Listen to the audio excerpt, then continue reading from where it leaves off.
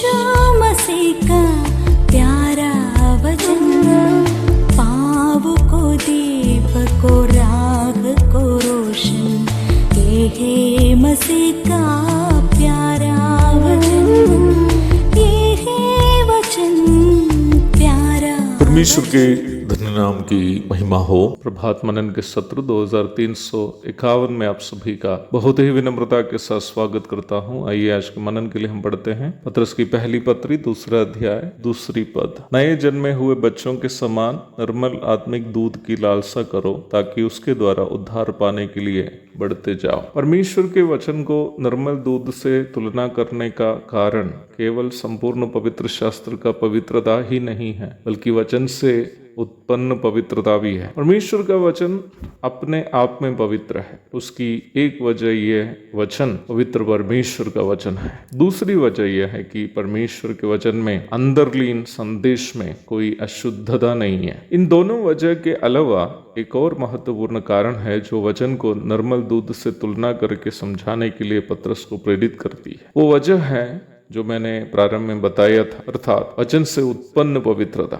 वचन का अध्ययन, मनन तथा दैनिक जीवन में उसका लागूकरण व्यक्ति के प्रायोगिक जीवन में पवित्रता उत्पन्न करते हैं। विशेषकर वचन का उपदेश। रोमी 6 की 17 एवं 18 पर ध्यान दीजिएगा कि संत पौलुस क्या कह रहा है इस विषय पर। परंतु परमेश्वर का धन्यवाद हो कि तुम जो पाप के दास थे, अब मन से उस उपदेश के मानने वाले हो गए जिसके साँचे में ढाले गए थे, और पाप से छुड़ाए जाकर धर्म के दास हो गए। हमारे पूर्व के मननों में कई बार हम ये देख चुके हैं कि बाइबल का उपदेश स्वयं प्रभु यीशु मसीह है। लूका 24 की 27-44, यूहन्ना 5 की 39।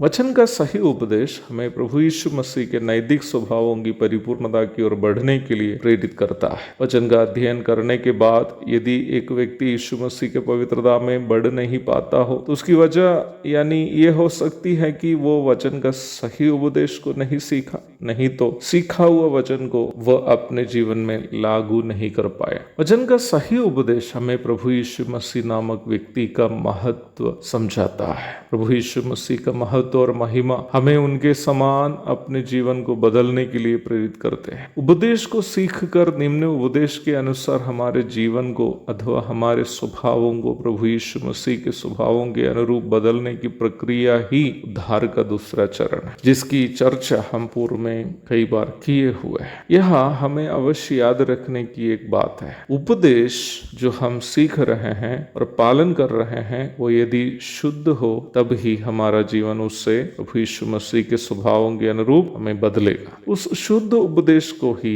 यहाँ पत्रस निर्मल दूध से तुलना करके समझाया है। जैसे शुद्ध दूध हमारी सेहत के लिए एक संपूर्ण भोजन अथवा कंप्लीट फूड है, वैसे ही वचन का सही उपदेश हमें प्रभु यीशु मसीह के पवित्रता की ओर बदलने वाला कंप्लीट फूड है, संपूर्ण भोजन है। प्रभात मनन सेवकाई का मुख्य उद्देश्य भी बस यही है कि वचन का सही उपदेश मसीहियों तक पहुंचे, ताकि प्रत्येक मसीही विश्वासी का जीवन यीशु मसीह के जीवन के अनुरूप बदलता जाए। एक और शुभ दिन की धन्य कामनाओं के साथ आज का मनन में समाप्त करता हूँ। प्रभु आप सबको आशीष। आमीन।